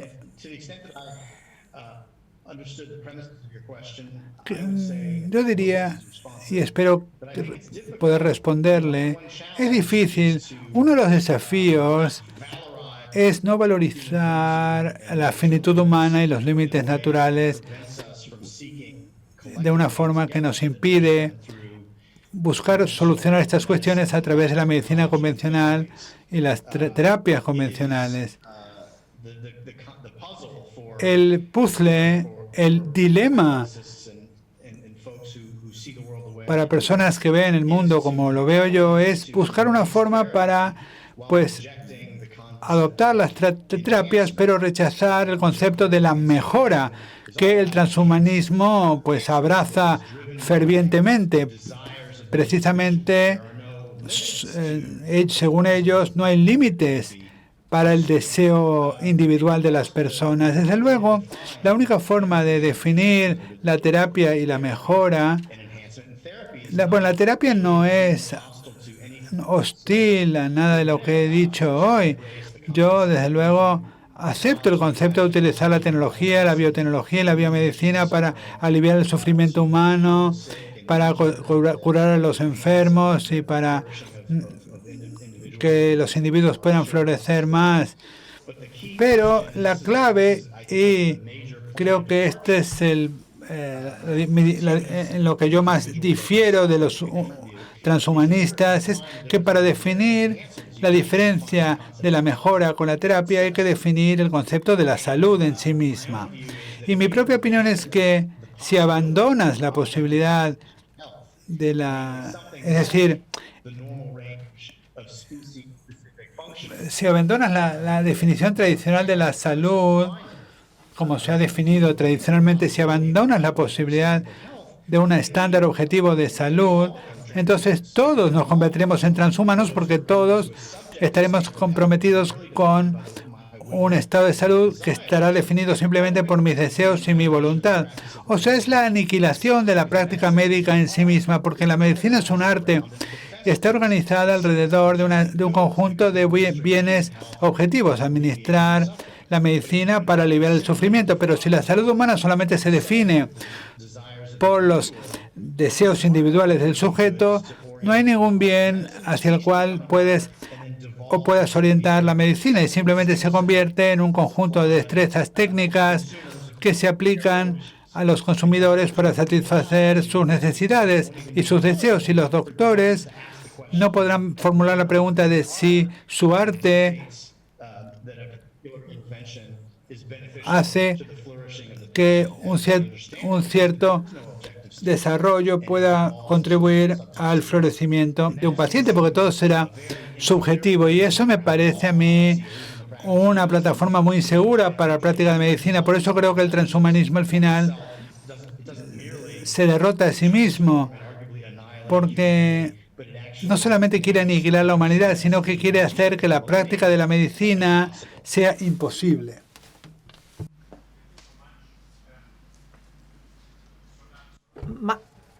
Micrófono, por favor.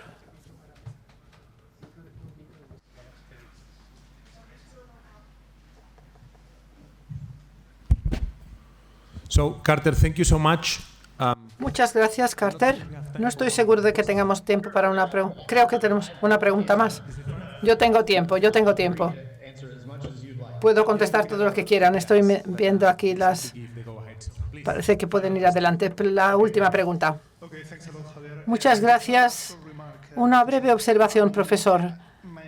Mi comentario tiene más que ver con la bioética, más que del transhumanismo. Me gustaría saber qué podemos aprender escuchando aquí en Europa, donde estamos en una especie de oleada de autonomía como el valor principal de la sociedad americana, donde hay más una idea en el espacio público pro familia y pro vida. Porque, por ejemplo, aquí en España ahora tenemos una nueva ley de eutanasia que da importancia primordial a la autonomía de la persona, al autodeterminismo de la persona. Y también tenemos una ley sobre el aborto libre que da a las mujeres la elección libre al respecto. Me gustaría saber qué tipo de argumentos podríamos tener por parte de la sociedad americana, que yo pienso que tiene una idea más clara sobre estos puntos. Muchas gracias.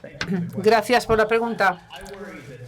A mí me preocupa que América ha exportado nuestro individualismo a América y ha ayudado a abarcar la autonomía, y nosotros necesitamos recuperar lo que originalmente vosotros habíais abarcado, el concepto del bien común y también la noción de la deidad europea más que el concepto europeo que americano. Nosotros somos todos de autonomía y libertad en Estados Unidos, pero afortunadamente para nosotros tenemos una unidad tanto religiosa como secular que comprenden que el mundo es mucho más complicado que todo eso y que la autonomía, mientras que por supuesto es importante, es solamente una pequeña parte, muy pequeña, de la historia humana. La historia humana o la historia es de interconexión, y la historia humana es una historia de en compromiso recíproco. La Madre Teresa, si no tenemos paz en el mundo es porque hemos olvidado que pertenecemos los unos a los otros. Yo creo que cuanto más podamos explicar que pertenecemos los unos a los otros,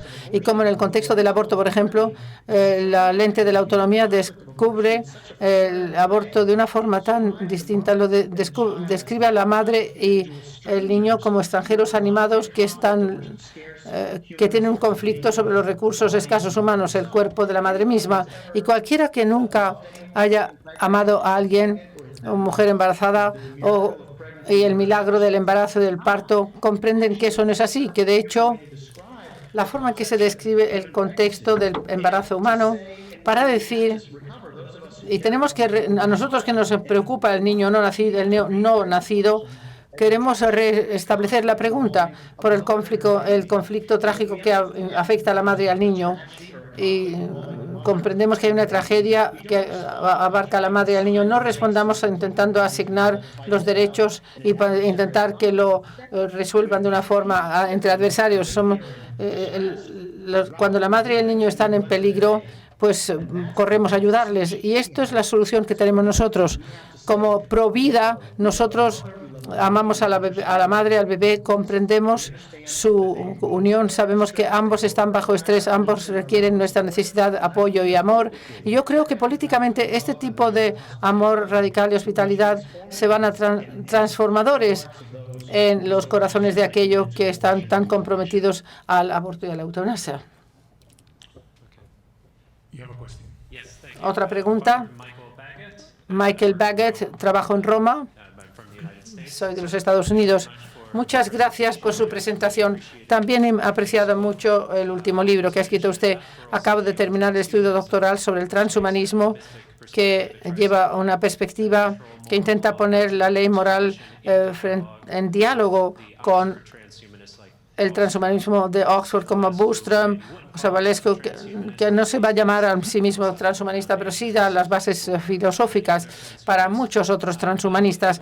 Pero en un punto de mi estudio he estudiado como esta noción de la división entre el yo interno supuestamente cierto y este mundo externo, este cuerpo de mundo externo, un cuerpo separable, parece que subyacen muchas preguntas. Charles Taylor y también Carol Elliott han ayudado a este respecto.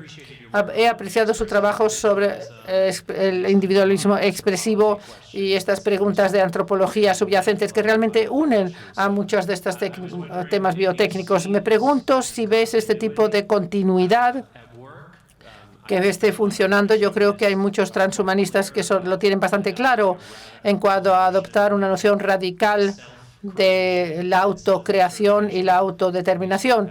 Y parece que tienen las herramientas en su mente para lograr lo que muchas otras escuelas más antiguas han querido, pero no tenían la tecnología para hacerlo. Me pregunto si vio esta conexión y poder hablar de estos temas en mayor profundidad. Muchas gracias. Me encantaría que nos vengas a visitar en mi centro. Estarían encantados de ayudarle y ayudar a su trabajo. Estoy totalmente de acuerdo con lo que acaba de decir. Yo creo que el transhumanismo, de hecho, separa la mente y el cuerpo. Lo de dentro eres tú, pero lo demás son todo herramientas que se pueden utilizar para mantener los deseos del yo. Soy escéptico en cuanto a sus pretensiones tecnológicas. Con un disco duro o algo así, evidentemente, veremos a ver cuáles son esas pretensiones. Pero a mí me parece que yo esperaría que los transhumanistas todavía son seres humanos. Y yo espero que sea cierto que tienen personas en su vida a los que quieren y aman y que se ocupan de ellos y que no son capaces de florecer de una forma en el marco tan bueno, en donde están. Lo que se hace con las personas que son discapacitadas, que dependen radicalmente de la tecnología médica, que no son capacitadas para imponer su voluntad a través de su cognición. Espero que les dé una pausa para pensar en la crueldad posible del mundo en el que estos individuos se dejan atrás o se alejan, donde los maestros del universo que no pueden utilizar esta tecnología, mientras que los maestros del universo sí que están floreciendo. Hay que recordar a las personas su propia vulnerabilidad y la vulnerabilidad de aquellos a los que pueden amar y que no se estarán contados en la élite, en esta visión del mundo realzada desde el punto de vista tecnológico. Pues muchísimas gracias, Carter.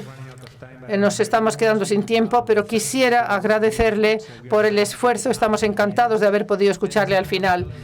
Y realmente estamos deseando desarrollar estas conversaciones y ver cómo lo podemos hacer trabajando con ambas instituciones. Esperamos que podamos tenerle aquí en cuanto antes y del mismo modo que podamos estar allí también muy pronto de nuevo. Muchísimas gracias y estaremos en contacto. Muchísimas gracias a vosotros. Verdaderamente lo que buscábamos en esta mesa y lo que vamos a tratar de hacer con el turno de preguntas es crear una cierta relación, un cierto hilo conductor entre las tres presentaciones. La primera, que abría de una manera muy sugerente el profesor Enrique Gómez Aguilera, sobre el desarrollo de una serie de industrias que cada vez tienen más capacidad de mejorar el ser humano y plantean la pregunta sobre si eso se puede o si eso puede dar paso a la construcción del ser humano desde una perspectiva ideológica, eliminando una serie de límites que hasta muy recientemente no se podían limitar más, no se podían superar más que en la literatura de ciencia ficción. Eso nos llevaba a la intervención del profesor Carter Snead, que era una intervención de raíz de matriz antropológica, para considerar precisamente cómo los marcos jurídicos dependen en gran medida de la concepción antropológica dominante en una determinada sociedad, y él hace un estudio y una reflexión en su último libro sobre el sistema jurídico en Estados Unidos. De ahí pasábamos a las consecuencias políticas, económicas y empresariales que se pueden derivar de determinadas ideologías dominantes, y por tanto el profesor Albert Cortina hacía una reflexión de un cariz más democrático y por tanto político-jurídico. Eso es lo que se nos ha quedado de alguna manera en el tintero, esa conexión, pero no obstante tenemos dos intervenciones muy interesantes y que yo creo que sí pueden dar lugar a una serie de preguntas, de respuestas con el público. Así que les invito ahora, tanto a los que están en la sala como a los que están conectados, a que planteen sus reflexiones o sus preguntas al hilo de las dos intervenciones que se han hecho y también, de alguna manera, a las que hubiera hecho Carter Snead, para tratar de entre todos hilar estas reflexiones. No sé si hay alguna pregunta entre el público.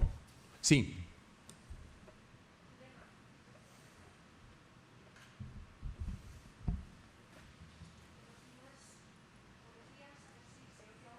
Sí, ahora. Sí.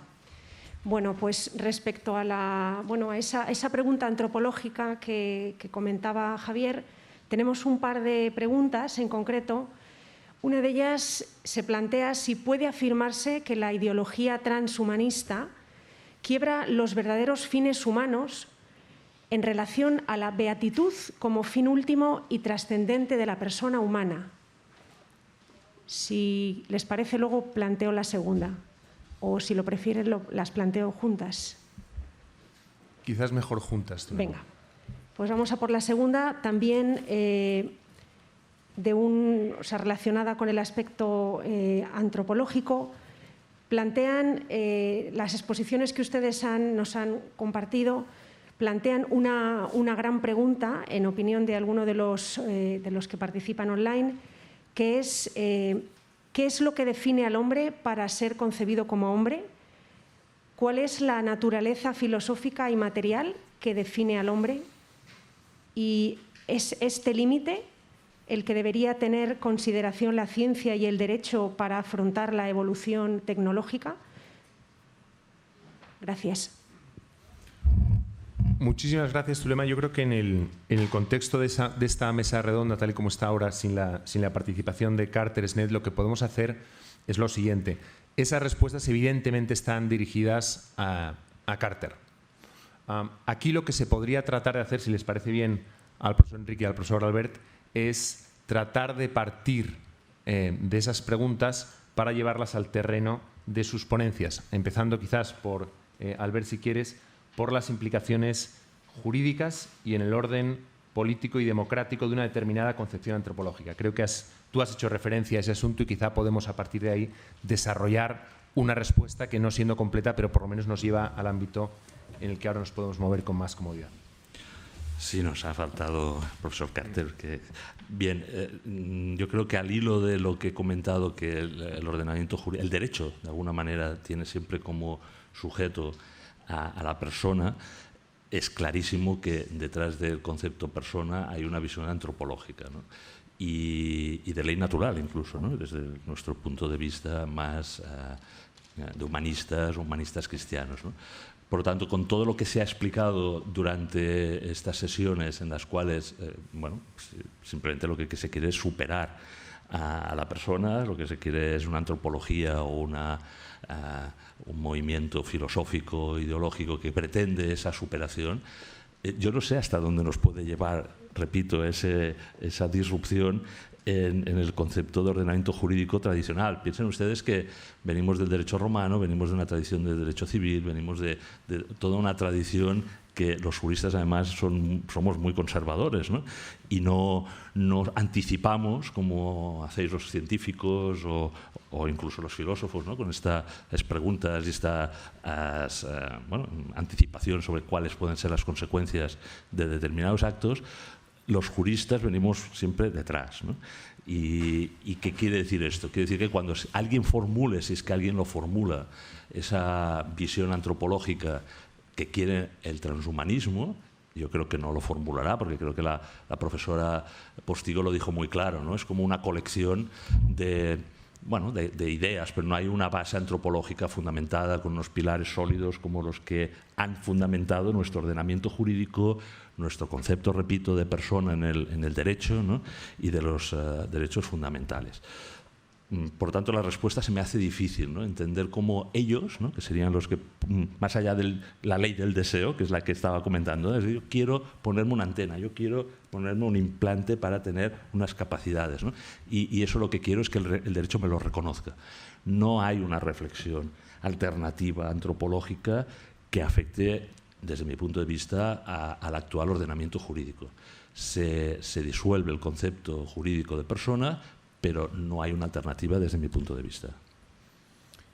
Quizás aquí por apuntar lo que dice el profesor Albert, es un apunte breve, casi anecdótico, pero creo que es relevante mirar, por ejemplo, algunas sentencias de los tribunales supremos de Estados Unidos, el Tribunal Supremo de Estados Unidos y del Tribunal de Justicia de la Unión Europea sobre este punto central acerca de la antropología que informa ambos sistemas jurídicos. Y hay que entender que aquí, evidentemente, el Tribunal de Justicia de la Unión Europea, de acuerdo con los principios de primacía y eficacia directa, tiene la capacidad de influir directamente la generación de derecho y la aplicación del derecho en todos los Estados miembros.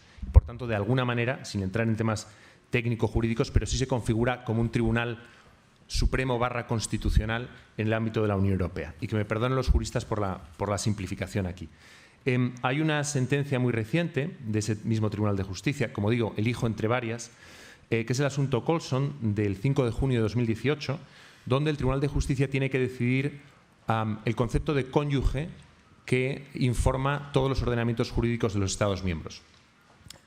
El Tribunal de Justicia dice que el concepto de cónyuge es neutro desde el punto de vista de género y puede incluir al cónyuge del mismo sexo del ciudadano de la Unión de que se trate. Aunque esto está en el contexto de un juicio sobre la libertad de movimiento de personas, libertad de circulación de personas en la Unión Europea, trae causa de una sentencia o de una línea de jurisprudencia anterior del Tribunal Supremo de Estados Unidos, en la cual, de manera muy famosa y muy importante, en el asunto Planned Parenthood versus Casey de 1999, se afirma por el tribunal que en el corazón de la libertad de la persona está el derecho a definir el propio concepto de existencia, del significado del universo y del misterio de la vida humana. Esa concepción antropológica lo que permite es, o lo que da es carta blanca a la reconfiguración de todo el sistema jurídico de acuerdo con una percepción emotivista e individualista de la persona humana. Se pueden reconfigurar los derechos fundamentales más fundamentales, la primera generación de derechos a la que se refería el profesor Albert, desde el punto de vista de la libertad de cada persona, desgajada de toda tradición y desgajada de la comunidad. Esto se puede perfectamente considerar como una base sobre la que se puede construir un desarrollo ideológico que es probablemente anticientífico o acientífico, pero que no obstante puede generar impactos concretos en los sistemas jurídicos, en las leyes y, por tanto, en las obligaciones que de ellas se derivan. Esto solamente es un apunte porque el profesor Carter Snead lo desarrollará con mucho más detalle en su ponencia, pero probablemente él se hubiera referido a esto, ya que en su propio libro, What It Means to Be Human, hace referencia a estas dos sentencias. Elena. Bueno, como directora del Congreso también quiero pedir disculpas por esta contrariedad técnica y que esperaremos subsanar en un futuro. Y efectivamente la clave de Volta, digamos, la llave de Volta era el concepto de naturaleza humana y su disolución, que como bien ha apuntado Albert Cortina, en el transhumanismo se plantea como un hecho, es decir, la no referencia al concepto de persona o entender la persona, por ejemplo, como ese trasvase de contenido sináptico a la nube, tal y como la entiende Anders Sandberg, en una versión posthumanista, es claramente el quitar, digamos, lo que es el fundamento de nuestro derecho y de nuestra construcción política. Entonces, respecto a esto, y la lanzo a la mesa la pregunta, el profesor Gómez Aguilera ha planteado que, ayer lo hablábamos en la comida, todo esto está muy regulado. No hay que preocuparse, digamos, de cuáles son los límites que la biotecnología, la ingeniería biomédica, cuáles son los límites que tiene. El problema es que esto es cambiante, es decir, si no hay un concepto de ser humano, un concepto de persona, un concepto de identidad personal, de naturaleza, nos vamos a ir dando derechos y tenemos que verlo, el transhumanismo habla a 100, 200 años vista. Y, por tanto, esto puede cambiar. En un futuro yo puedo implantarme y puedo hacer lo que quiera conmigo misma, ¿no? Y esto supone una disolución en el fondo de nuestra sociedad. También esta tarde hablaremos del concepto de sexualidad, de familia. Todo esto va a afectar a todos los órdenes sociales, ¿no? Entonces, la pregunta es, ¿qué podemos hacer desde una perspectiva distinta a la transhumanista para, de alguna manera, poner freno a este tipo de políticas que pudieran ir hacia una disolución de la persona, del derecho tal y como lo entendemos, y a una transformación radical de la sociedad? Bueno, es una pregunta bastante compleja. Es decir, en el fondo, la ingeniería biomédica, las tecnologías médicas, la industria como tal, que es la que yo creo que también interesa más, en el fondo se mueve por el código hipocrático. Es decir, en el fondo estamos hablando de que cualquier tecnología intenta efectivamente, pues eso, mejorar lo más posible y no dañar, que eso es algo muy importante. Con lo cual, por eso digo, es un mercado regulado y que está asociado a que prácticamente igual pasa igual pasa en la biotecnología y en otras áreas, es decir, por eso están las comisiones de bioseguridad al respecto, ¿no? Claro, cuando eso se lleva desde un punto de vista del mercado que entendemos, pues yo no veo esas dificultades o no quiero ver esos peligros porque no puedo hacer, repito, un desarrollo, y si quiero utilizar una estimulación magnética cerebral o una estimulación, digamos, con electrodos implantados, pues tiene que ser para un objetivo intentando resolver, ya inclusive no lo podré hacer si no ha habido otros medios anteriores, otros farmacológicos o de cualquier tipo de terapia que no han sido eficientes. Es ahí donde aparecen. Claro, cuando sacamos de ese contexto el uso de esa tecnología, pues bueno, empiezan las dificultades, ¿no?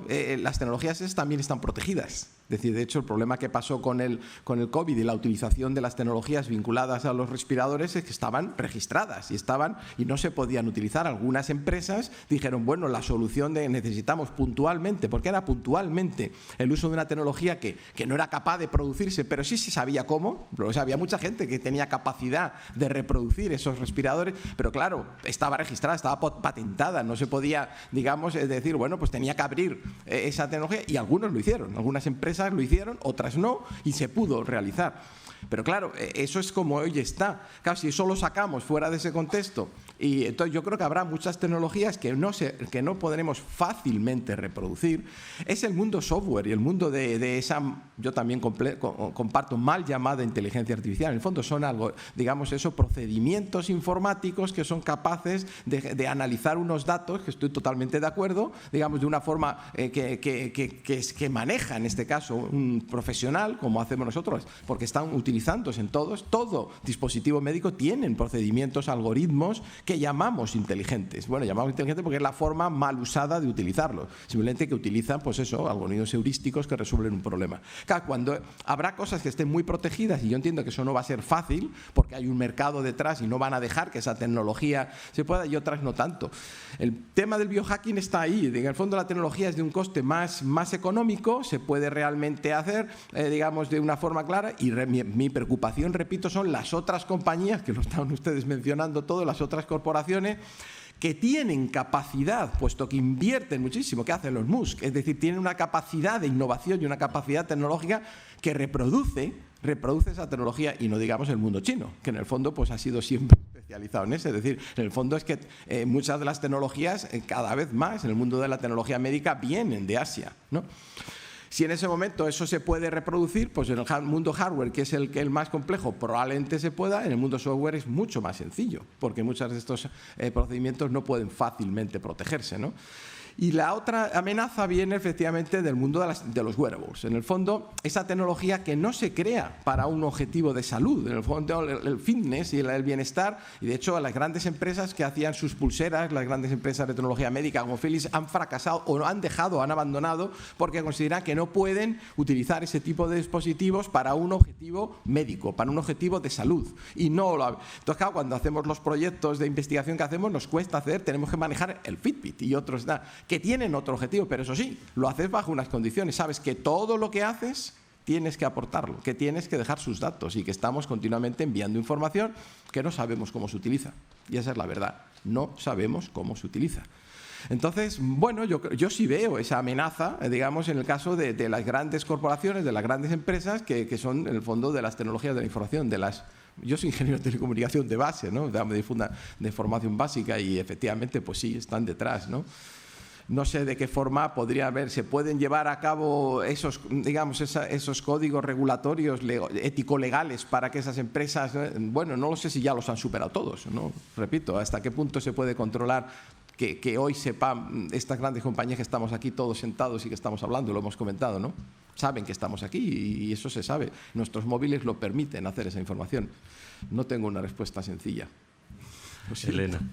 Sí, voy a intentar, desde dos perspectivas, responder algo de tu pregunta. Estamos en campo exploratorio, lo he dicho desde el principio de la intervención. Cuando he comentado que el propio neoliberalismo se ha dado cuenta que es esa ley del deseo individual, ¿no? Ese individualismo extremo, ¿no? Esa sumisión a las emociones, está disolviendo las sociedades y la gobernanza, ¿no? Y que está aproximándose a un neocomunitarismo, un colectivismo a partir de las tecnologías. De momento esto no lo entendemos, ¿no? Pero bueno, solo hace falta ver las medidas sanitarias que de alguna manera a favor del bien común, en este caso la salud pública, pues se han instrumentado, ¿no? Desde organizaciones globales, ¿no? Y han sido acatadas por el bien común, en este caso, rápidamente, ¿no? Por tanto, se están dando cuenta que más de lo mismo no puede ser. Y, por tanto, el ordenamiento jurídico seguramente irá aproximándose más a esa idea de perder la persona, la individualidad de la persona, ¿no? Sus derechos, que hasta ahora hemos tenido de las anteriores generaciones. No sé lo que pasará con la quinta de los cibos, ¿no? Pero laminado por ese estado corporación que hemos dicho, ¿no? Eso porque nos vamos a ir pareciendo más a China, ¿no? Que es la gran pregunta. ¿Qué concepto de persona tiene el sistema jurídico que está desarrollando esto en China? ¿Qué es lo que nos van a proponer desde Asia pues respecto a la dignidad, la libertad? Bueno, ya se ha visto, ¿no? Es un estado totalitario, por tanto poco podemos esperar. Bueno, esto respecto a la disolución un poco de la persona y tal. Pero respecto al ordenamiento jurídico, y aquí, Javier, no sé si estarás de acuerdo, tenemos un sistema jurídico muy rígido. Yo he dicho, y es un tópico, siempre va detrás de los acontecimientos sociales, económicos, y claro, va siempre muy por detrás de los avances científicos que comentabas, y que posiblemente pues aquí hay eminentes científicos que lo corroborarán. Es decir, es que ya ni la ética llega a tiempo. Ha de haber una como autorregulación del propio investigador, del propio científico, ¿no? Claro, esto plantea un problema, que es que cuando ya los legisladores, que además tardan tanto y son para llegar a consensos, bueno, cuesta, en el Parlamento, en las Cortes, donde sea, han aprobado una ley sobre cualquiera de las materias que estamos tratando, bueno, el avance científico ya va muy por delante, ¿no? El profesor Federico Montalvo, ¿no? El presidente del Comité Bioético, planteó algo muy anglosajón, ¿no? Que era, vamos a ir a un derecho ya no tan rígido, tan articulado, tan de leyes rígidas que queremos que perduren, Y vamos a ir a un sistema jurídico de principios generales muy amplio. Y ahí, bueno, no tenemos mentalidad para eso, ¿eh? No sé, Javier, si cómo lo ves, ¿no? Pero, y la interpretación será de los jueces apoyados por los comités bioéticos, ¿no? O sea que aquí el gran protagonista que proponía Montalvo para el futuro de cómo regular el caso a caso, ¿no? Porque va a ser imposible hacer una regulación general sobre todos los avances científicos en cualquiera de las materias que hemos tratado en este congreso, pues va a ser unos grandes principios, nos vamos a poner de acuerdo, espero, ¿no? Los consensuaremos, ¿no? Y entonces, caso a caso, los jueces aplicarán, ¿no? Como los comités bioéticos en los hospitales y tal, ¿no? Y iremos así a un sistema algo más anglosajón, ¿no? No sé si lo ves tú también, Javier, esa evolución que el transhumanismo, no tanto como concepción de cambio de la condición humana y tal, sino como aceleración de todos los avances, ¿no? Es decir, vamos a por todas, ¿no? Y que, bueno, la ética ya vendrá cuando venga, porque también quedó muy claro que no les preocupaba demasiado, y al derecho, bueno, ya iremos a hacer las cosas caso a caso, a resolver los problemas, ¿no? Cuando surjan. Una mentalidad un poco americana también, ¿no? O sea, cuando surja el problema ya lo resolveremos. No especulemos tanto, no hagamos grandes construcciones ni filosóficas, ni éticas, ni jurídicas. Bueno, como me pregunta directamente, quiero apuntar una respuesta, pero verdaderamente para discutir en el café o en el almuerzo después, porque nos vamos de tiempo, son las 11:30 y queremos ceñirnos bien a los plazos. Yo creo que aquí, Albert, esa reflexión que tú haces se puede ver y se ve por muchos autores en un sentido negativo o al menos peligroso, que es el del activismo judicial.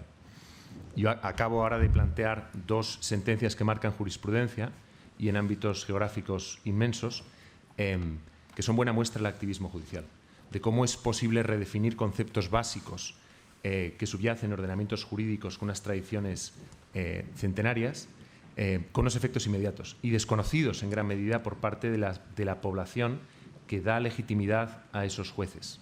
Entramos en un asunto sobre la legitimidad que tienen los tribunales para poder pronunciarse sobre asuntos de enorme importancia para el devenir de la sociedad. ¿Dónde está la legitimidad? Claro que la tienen en un contexto, en nuestras tradiciones liberales, de separación de poderes. En un contexto en el que los jueces empiezan a poder, no solamente, como decía Montesquieu, ser la boca muda que pronuncia las palabras de la ley, sino a generar derecho. Entonces, realmente hay que preguntarse cuáles son las ideologías de los jueces, cuál es la configuración de los jueces, cuáles son las reglas que determinan cómo se configuran esas sentencias, cuál es el nivel de calidad democrática de esos tribunales. Y en un contexto, siempre es una cuestión problemática, de derecho constitucional, de filosofía política, el establecer cuál es el equilibrio entre poderes en cada momento. Pero no creo que esa solución al menos tiene algunas ventajas en el mundo anglosajón, sobre todo en el mundo del derecho mercantil, del derecho corporativo, pero en el ámbito de los derechos fundamentales se plantean otras cuestiones distintas. Y ahí lo dejo porque no son las 11:34 ahora y sí que me gustaría terminar. Muchísimas gracias a todos por su atención.